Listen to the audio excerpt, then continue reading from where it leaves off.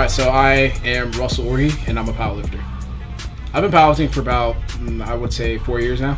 Overall, powerlifting has been a very positive experience in my life, and I really enjoy lifting. I got into powerlifting transitioning from football. I used to love training for football, and I was like, why not just take football out of the equation and do squat, bench, and deadlift every single day?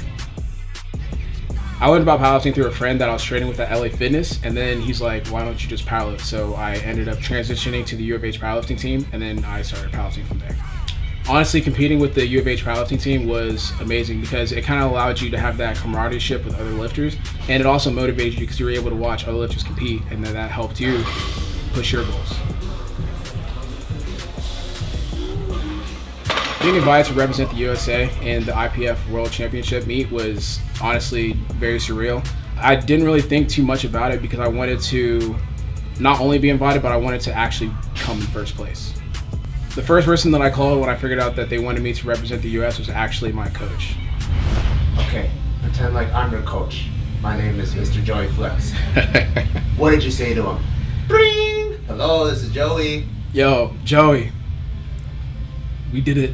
We got it, man. We got the invitation. Good. That's tight.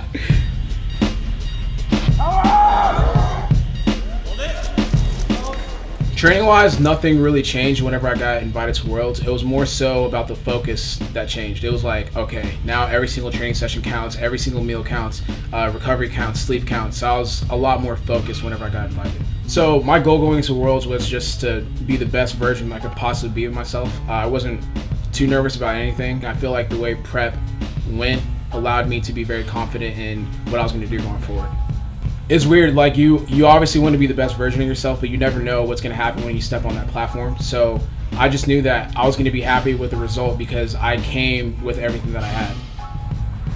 So honestly, the meet experience was very surreal. Like when you get there, you don't realize how fast the competition goes by because they're so technical with IPF Worlds. Usually a powerlifting meet is probably about 3-4 hours. This competition was 2.5 at best. So by the time I finished up, I had no clue what was happening. So we started off with squat, and I didn't even know it was like on the bar. I had no clue. I was just executing, and we got to the third attempt, and I was able to get it up and set a new world record. Squat, I hit 313 kilos, which is 690 pounds.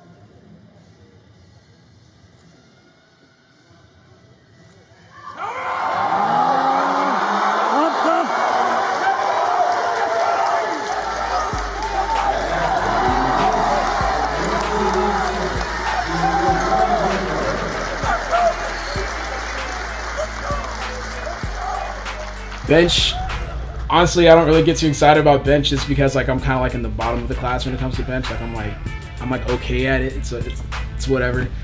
So I ended up PRing on bench. I hit like 430 pounds, and then deadlift rolled around, and that's when the competition kind of intensified because now you're trying to figure out where am I going to place in the meet. And to be honest, I wasn't sure where I was placed at that particular time. I just knew that like, all right, I'm going to have to do my best in order to lift the most possible weight. And whenever it came my time to do my third attempt, I just left it all on the platform and I was able to pull another PR. So overall, like the meet went the best that it possibly could have. So for my last deadlift, I was actually able to pull 716 pounds.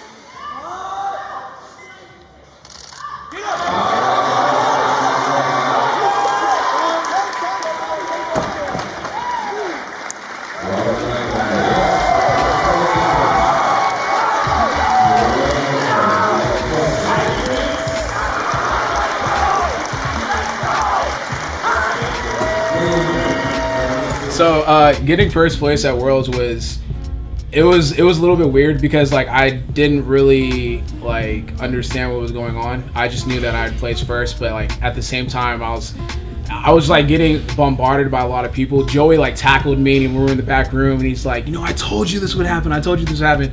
And social media, like I couldn't really get on social media. My phone actually died from being on Instagram. So it was like a really, really dope experience. But at the same time, like I didn't really take it in until like I got back home.